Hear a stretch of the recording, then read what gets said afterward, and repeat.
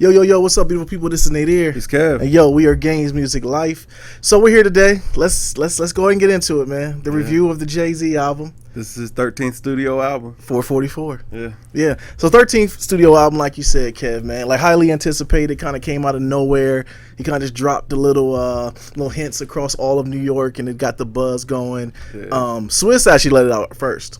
He said he's album mode. I didn't see the fro. I didn't see the nappy fro, which is usually traditional. We ain't seen him. Right, exactly. And that's why I said that too. We haven't seen it. So he might have the fro or might just cut it off. But yeah, so highly anticipated, man. I mean, as far as everyone knows, Jay is my GOAT. He's your GOAT. I mean, he's in high regard, man. So I was a little nervous about it, to be honest with you. You know what? When I first started hearing rumblings that he was in album mode, I was a little nervous, man. Once I started seeing the promos, I was excited. I thought it was gonna be something special. Yeah. The only reason I was nervous was just like, and it never was Jay's thing to go and to be like a young boy, go into the young vibe. He always had his own way of doing things. Yeah. But I was nervous about that. But then when I heard No ID was gonna be doing the whole thing, I said, wow, okay, then I feel good about it. But I didn't expect what I heard, but we'll get into that for sure. So let's talk about it, man. So leads into track 1, Kill Jay-Z. I mean, on this one, man, Hov is known for his intro, so I knew it was going to be a tough intro going into the album. He continues that consistency with this intro. The beat seems to have peaks to match the points of his emotion. At parts of, speaking of self, he goes into personal relationships and affected, him as he speaks to the beat switches to a bit uplifting at the same time of the emotion. So like the beat would kind of have peaks and valleys, in my opinion. Very personable track, typical Jay-Z intro, dope. Yeah, man. With it, I thought it was dope off the rip, man. It was no hook, all bars. I'm a big fan of that. Anytime you get a rapper that just go in, man, just lay those verses out there, man. Don't worry about the hook. Don't worry about making it a single, man. I always think that that's something special. Yeah. I love the way that this track sets the tone of the album with Jay just killing off his ego, man. Really trying to get out of his own way, owning his own shortcomings, and the hook in the background just repeating, and they say, I'm to blame. I thought that was a great touch, man, especially for everything that he was covering, from his issues with Kanye, from the Lemonade album. Yeah, he had to talk about it. He had to go there, man, but I thought that was a great way to kick off. Dope. Okay, so leads into track 2, The Story of OJ. What do you think, bro? I love this joint from the first spin to the visual, man. The when he kicks off his verse, man, with "I'm not black, I'm OJ."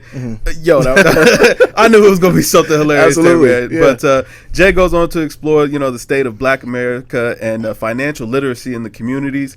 He's mulling over some of his past mistakes, monetary mistakes, and some of his victories, the things that he's learned coming through. So I thought this track was fire. Right. If you haven't seen the OJ documentary on ESPN, I suggest go watch that and then listen to this track. It'll make more perspective. But Jay does a perfect picture on here, man. Yeah. This track was just pure game, man. I loved how Jay tried to kick some game, but also mixed in the Jay swag, rap, and keyed on the main focus of the track, which is you're still black. So remember, how you're looked at. No matter how successful you are, you still got that black skin and how you're looked at in America. Right. The beat, sound is like walking into an old juke joint and the band is playing. Someone's uncle is on the keys and then Jay just grabs the mic and starts rapping. That's what I envisioned when I heard this song.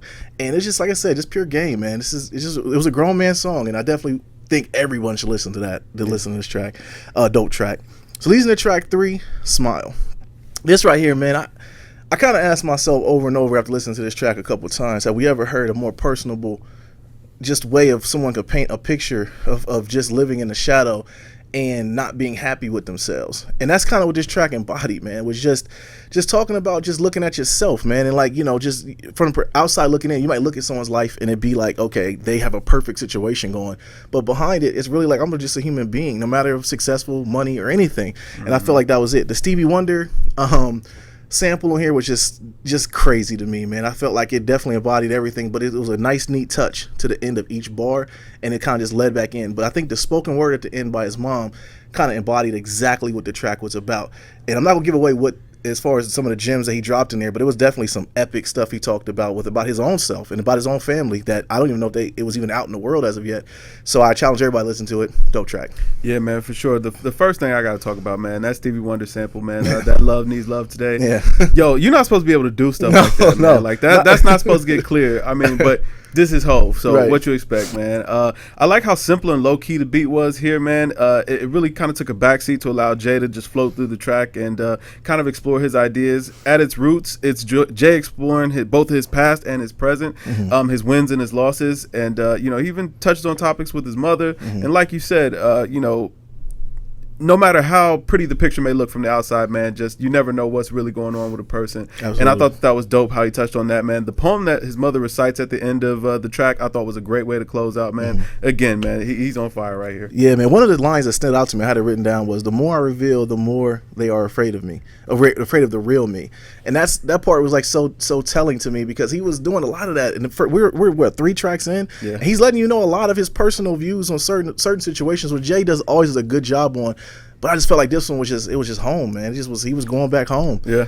All right, man. So leading to track 4, Caught Their Eyes, featuring Frank Ocean. What'd you think, bro? Man, first I gotta say, man, I wish we would have got a little bit more Frank on this track, man. They played him back on the hook on here, and I wish that they maybe would have brought his voice a little bit more to the forefront. He was sounding really raw. His voice was cracking a little bit even there, which I thought was a nice touch. Yeah, I definitely thought it was a nice touch, but I would have maybe wanted to hear him come out just a little bit more on this track, man, because I think when him and Jay collab, man, they tend to make great music. I thought it was dope how Jay was exploring the raw, grimy ways of the streets, and then he kind of moves and relates that to the raw, grimy ways of the music industry, and how they kind of go hand in hand. And especially in that second verse, when he starts using Prince as an example of, you know, what this industry will do to you, or what you know, these people will do to you with his passing, and then, you know, his wishes maybe, you know, I don't know, maybe not being fulfilled the way that he would like, and people trying to take control of his music and not going with the way he wanted things to go. I thought that was dope the way Jay touched on that. Yeah. And again, man, another fire track. Yeah, he basically talked about the exploitation of Prince. Yeah. About how they're, you know, he's like, man, he said at one point, man, you guys would sell his coffin if they allowed you. Like, I think in my opinion, he felt very disrespected on how they were doing Prince. Absolutely. You know, and I know Prince he was big on Tidal, wasn't he? He was, man. I mean, as far as we know, man, that's where he wanted his music to live, man. That was the only platform that he was sharing his music on. Right. Because he believed in the business model, man, giving back to the artist, or, you know, really being artist first. Right. So, yeah, with that, I definitely thought, you know. Right. Dope track, man. Like you said, man, to mirror your points, man, exactly that. The beat, first of all, is just flat out nuts, though. Yeah. You know, it's kind of an upbeat, funky beat, but very hip hop as well. You could tell this was created for Jay. You could tell the beat was just made from like a raw form for him. I thought Frank came in and embodied his feature, man. I definitely felt, you know, Jay still kept his verbal assault, like you said, talked about Prince, talked about some other things about an artist taking control of their own situation, but it also, I thought Frank and the beat shined more than Jay's verse did. Like it just seemed like it was made for that, but I wish it was a little bit longer, because it was only like the middle part where Frank came in. And coming off of Blonde, you know, already know I wasn't really too crazy about Blonde. This is the pocket I like Frank in, which is the funky vibe, just giving your voice in. But I can appreciate Frank either way. I can get him. Yeah. But dope track, like you said. All right, man. So listening to track 5, 444, which is the title of the album. From what he said, it was basically woke up at 4:44 a.m. and started writing. Thought about this track, and that's what came about to be the album title, was because of this song. Yeah. It may be the most personable track we've ever gotten from Jay, in my opinion, man. It was 3 verses, and each got to be more personable as the track proceeded. The last verse is just eye-opening and transparent to me so much, man. This is grown man music, in my opinion. The beat is once again very crazy. The sample shines on the hook, and No ID gives you another head nodding beat. The drums and the horns just stand out so much to me. But that last verse, I just listened to that last verse as a man, as a father, as a mate. Just listen to that verse, and it's gonna cringe. It's gonna be crazy to you. But I thought it was a very dope track. Man, with it, this was what we've been waiting for at this point in the album, man. I like. First of all, the placement of this song, it's smack dab in the middle of the album. Like, I mean, I don't want to say it's hidden in the album, but you have to get to the meat and bones to get to this song. And I think that that's on purpose. Even looking into the lead into this song, you listen to the way it transitions from the track before, the Caught Their Eye, into this, man. It's almost like the beat kind of eases in to this track, just trying to kind of get you ready for it. And then as soon as you hear that Hannah Williams sample on there, you know it's about to be something epic, man. Like it was perfectly placed there. This is probably the most open, honest, and vulnerable I think that we've ever heard Jay-Z. Yeah. You know, I never expected to hear anything like this from Jay-Z. His entire catalog, all we've really heard, I mean, with a few exceptions here and there, was about him winning. This was him just being human on the track. You know, he was really just living in his truths, man. The Late Nights and Heartbreak sample here, just wailing in the background, really just captured the essence of the sentiment that Jay-Z was trying to express here perfectly, man. For me, this track was perfection. I get you. I can't. You said it best, man. I couldn't really go anymore. It's the most personable I've ever heard him be. Yeah. You know, and we put Jay on such a pedestal as far as being rap wise, because he's an elite rapper, and he does paint a perfect picture at times. but you know, he does his swag rap at times. But this was like, yo, forget all that. I got some issues to talk about. Yeah. And that's what I felt like he did on that track. All right, man. So listening to track 6, Family Feud. What'd you think? Now with it, I actually have to kind of pick up where I left off, man. Okay. The transition into this track, it actually caught me off guard. Like, yeah, it seems like nobody the talked song about just that. cuts off immediately, Yeah. and you know what I'm saying, transitions into Family Feud, which I feel like was on purpose. It was almost like, yo, he couldn't say anymore on 444, so he needed to just cut that off and move on to something different completely. Which once it kind of sank in the context of the album, I thought that was absolutely amazing. Once you realize it's Beyonce on the background vocals, it's like a shock to you. And again, that fits in really well, you know what I'm saying, coming off of the 444 track, man. Hov comes in, he's dropping gems about hip-hop, man. More importantly, just the culture and wanting to bring things together and lift each other up rather than, you know what I'm saying, constantly trying to have that crabs in a barrel mentality, just pulling each other down. We really need to be out here supporting one another, and I thought that this was, again, an amazing track coming from Hov. Like, this is the kind of thing that you need to hear. Yeah, just get up and dance, man. Just get up and dance, man. Like you said, man, Wifey blesses him with the background vocals, and the mood of the track is so uplifting, but also touches on his letdowns as a man. That touch was very dope to me. Jay is so aware of everything, and even touches on Al Sharpton selfies, which happened last week. Right, that's wild. Right? That's like crazy. We both said like, yo, hold on, this happened last week. Right. So why is he talking about it on an album that just came out? So so he did that. How did it make the album? How did that come in? So it just so like, you do what you want. Exactly, man. Up to the last moment, he's like, yo, I got something else to say. And right. He got that in. So maybe this track was made later. I don't know. But yo, dope track, man. Absolutely. Very dope track. Leads into track 7, Bam, featuring Damian Marley. So I knew going in it was going to have a reggae vibe. We know the Marleys are just a famous, family for reggae. So I didn't know what to expect going in, but I did not expect this. This beat is just crazy. Yeah. The horns just attacked my ears and kept the stank face going, man, through the entire track. Marley kills the hook, but Jay hops on the end of each hook and says a line on there, and I'll let y'all listen to it and you hear it. And when he said that, it jumps right back into bars. Like you said, no hook. It kind of was a hook, but it was kind of like it cut it up into like an individual chapter and then went on to the next part of the same song. Yeah. I don't know, man. I was so open. Nostrils was so wide open listening to this track. I got up, I danced, man. I just got up and danced, fist pumped, ensued. Dope track, man. I feel you, man. First thing I gotta say, man, shouts to No ID, man. Yeah. There's no reason why this Sister Nancy record should still have legs. It has been done so many times. I didn't think that anybody else could make it fresh, but No ID, boy, you did it. With it, all right, now. We've been getting Sean Carter on this album, man. Hov is back. Yeah. You know what I'm saying? He back in that Jay-Z mode on there, talking that ish. I love it, man. Coming in there with those prime doubles. Listen, the double entendres that he was spitting about the hairstyle and being on their head top. You about to make me wig? Yo, that was it. Like, what he ended it with that? I said, yo, this dude right here, man. I pressed your boss head with one finger curl. Oh, my God. yeah. That's why I hit you and said, yo, has he gotten better? Like, has he? It make you wonder, man. Yeah, exactly. Wonder, man. That was old Jay-Z, man, just coming back through sauce and swagging on through the track, man. Yeah. So I thought that was another great touch. Yeah, I felt like at that point in the album, I started realizing this dude's going back and forth between his personas. At one point it's Sean Carter talking, another point is Jay-Z talking, and then it's Jay-Z talking about Sean Carter.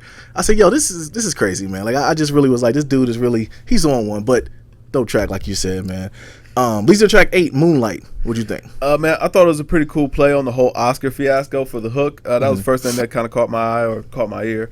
I first have to give love to No ID for the flip of the Fuji La sample on there, man. I thought that was great. To me, this track captures hip-hop's biggest issue right now. All the mainstream stuff just sounding so repetitive. Everybody sounding like everything else. And for me, hip-hop is such a creative art form. It would really be nice to hear a little bit of parody out there and really hear it celebrated. You know, you get these amazing artists like my man Lupe Fiasco, and I feel like he doesn't get the love that he deserves for as good as he is at his craft. And I felt like Jay is really shining a light on that. Like, yo, don't be afraid to take risks, go out here and do something different in the culture, because the culture needs it. That's what we were founded on. Right. Everything doesn't have to sound like Future. Everything doesn't have to sound like, I don't want to call them mumble rappers, but it doesn't have to have that same energy. You can go out there, do you, and it can still be successful, man. Yeah. And also, Jay also pushing the idea that artists should have more control over their music. They should be the ones to mainly profit off of their music instead of, these big labels, these big executives. We're in a time and space now where these artists can do it themselves. They're the ones that are making these hits, man. Yeah. There's no reason to go the other way. So I thought that was dope. Jay really just kind of shining that light, giving that game to the youth. Yo, just like you said, man, your thoughts, man. The Fuji sample sets the tone for the track, but then Jay comes in spitting is just amazing. Once again, giving a lot of game on this one, but this time to his peers. To, like you said, take control of your own destiny, and definitely you have more power than you think is what I gained from it. Listening to it. If I was a rapper, I would take that from it. A short track, but a lot was given on this track. It kind of left me a hunger for more on this one. I wish he would have went more into it, but I think he gave enough for that. If you're an artist, you listen to it, you're like, man, I need to get my stuff together. Yeah. Definitely take control of it. And that's what I think with Jay is like the goodness in him is like you forget that he does run a label too. He does run a company. Right. So he's hipping you to things that I'm sure his artists hear this game all the time. Yeah. We're just kind of getting privy to it. We're like a bug on the wall. So I thought it was a dope track as well. Excuse me. Leading to track 9, Marcy Me. I mean, definitely an introspective track, and Jay touches on the history of him and where he came from. Seemed like a growth track, but he did not skip dropping some gems to the listener. Another short track, but once again paints a good picture of what he was going through. I definitely picked up on the fact that that's a dream in the background, which means they still rock together, and I thought that was very dope, but a dope track nonetheless. I feel that, man. With it, man, this old Jay-Z right here again, man. Just reminiscing on the neighborhood that made him the man that he is today. Now, though this is not a new idea or a new concept for Jay to, go back and talk about Marcy, he's been doing it his whole career. I still think that is dope that even in the space and time that he's in right now, he still finds it uplifting to reminisce on where he came from, remember where he came from. My only knock on this track is I think I might have preferred somebody else on that outro other than The Dream. Okay. But I'm actually just nitpicking here. You know what I'm saying? He did fine, but maybe I would have preferred somebody else's vocals on there. But again, man, I thought it was very dope. No doubt. Leading to track 10, Legacy, last song on the track. What do you think, bro? Man, that was so smooth to close out this album. The track is kind of downplayed, but those horns are phenomenal to pair with Jay-Z's vocals. He just explores his own life and his mortality, wanting to leave a better life for his children, wanting that to be his legacy, leave something better for his family, man, kind of want to take that next step in building up his family.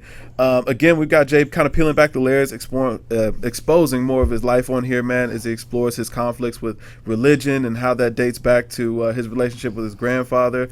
If one thing is very apparent on this album, it's how important that family is to Hov, which I thought that was the realest thing ever. So I gotta salute it. Yeah, that's exactly what I picked up from it. To mirror your thoughts, man, that's exactly what I picked up from it. Was that legacy being that all the luxuries that he has in life, and nothing means more than the family and what he leaves behind for them to learn from.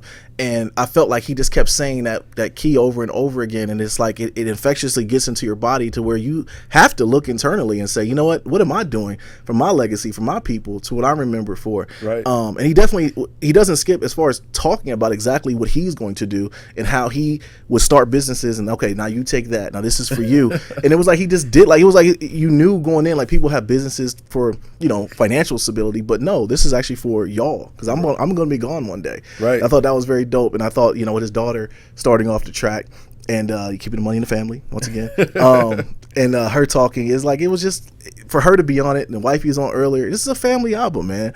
If twins could speak, they'd probably been on it. Right. So I thought it was a dope way to end the project. But all in all, I'm gonna let you go first, man. Man, what did you think?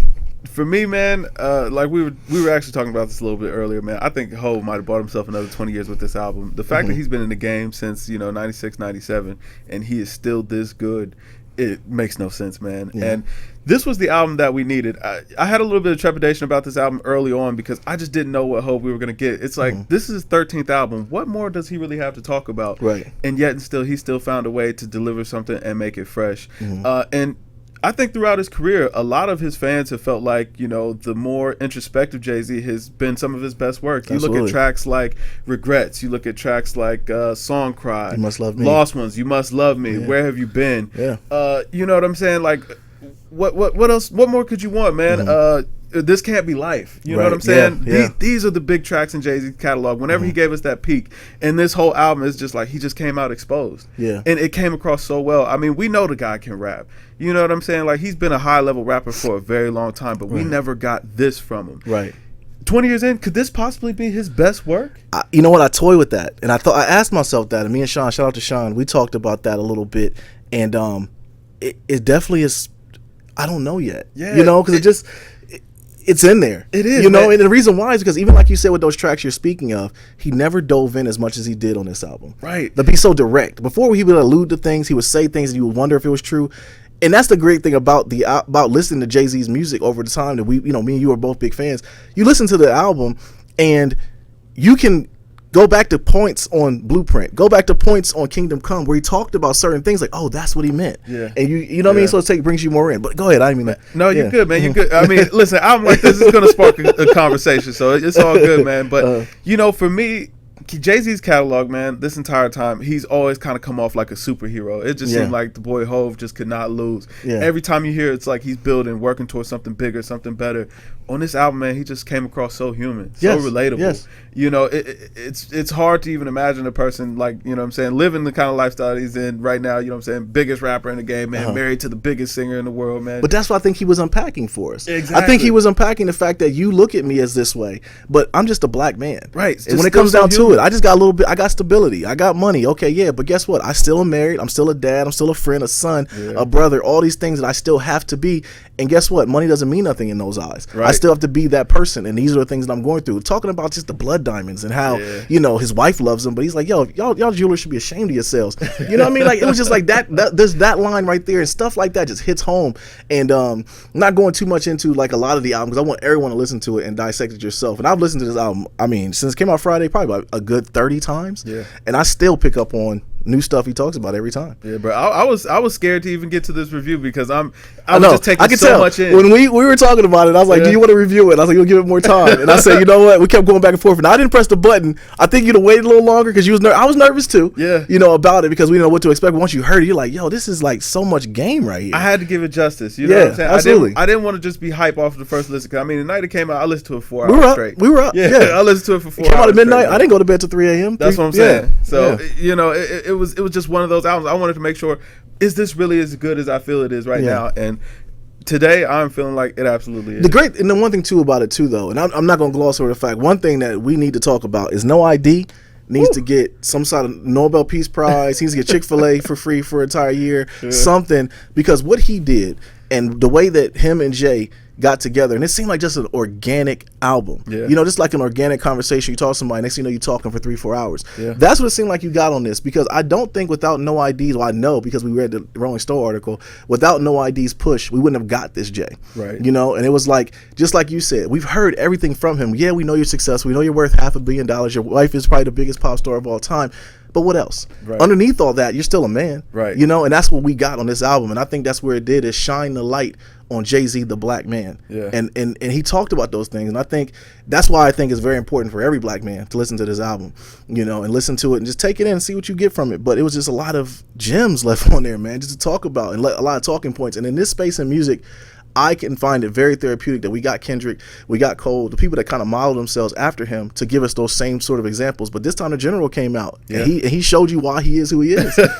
Straight up and down, he showed you why he is as good as he is. Because how can you mix in swag rap, drop a gem, this is what I'm going through, this is what I would do, but you do it your way, and then I'm out. Right. Because he don't have to do this, Kev. He doesn't have to make music. Nah, he doesn't have to do this. It's been 4 years. Yeah. It's been 4 years, man. He just pops in, drops an album, he's back out again. We probably won't see Jay for another couple years. I pray towards this. I don't think he will. I pray that I really don't. If you told me, man, I'll be there. Oh, yeah, I'm there. Oh, absolutely. So so the tickets go on sale, it's sold out immediately. Gotta be. But absolutely, man. Lemonade. But with Lemonade coming out, we had to get some sort of his explanation of what was going on, his side of it, and basically like, yo, I messed up. Wow. I'm a man. Right there. Like that. Take all the millions, Maybachs, whatever you want to get. Yo, I am a man, and I blew it. Absolutely. I almost blew it. Absolutely. Yo. Hey. It was real. Yo, go back to 444.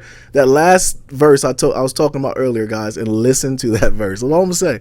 Yeah. I told you, I kept replaying that over and over. Like, yo, man, like that's just so deep to me. It was real. I mean, there's all the gems in there, man. In the future, people playing football with your sons, like come on, man. Like it's just wordplay.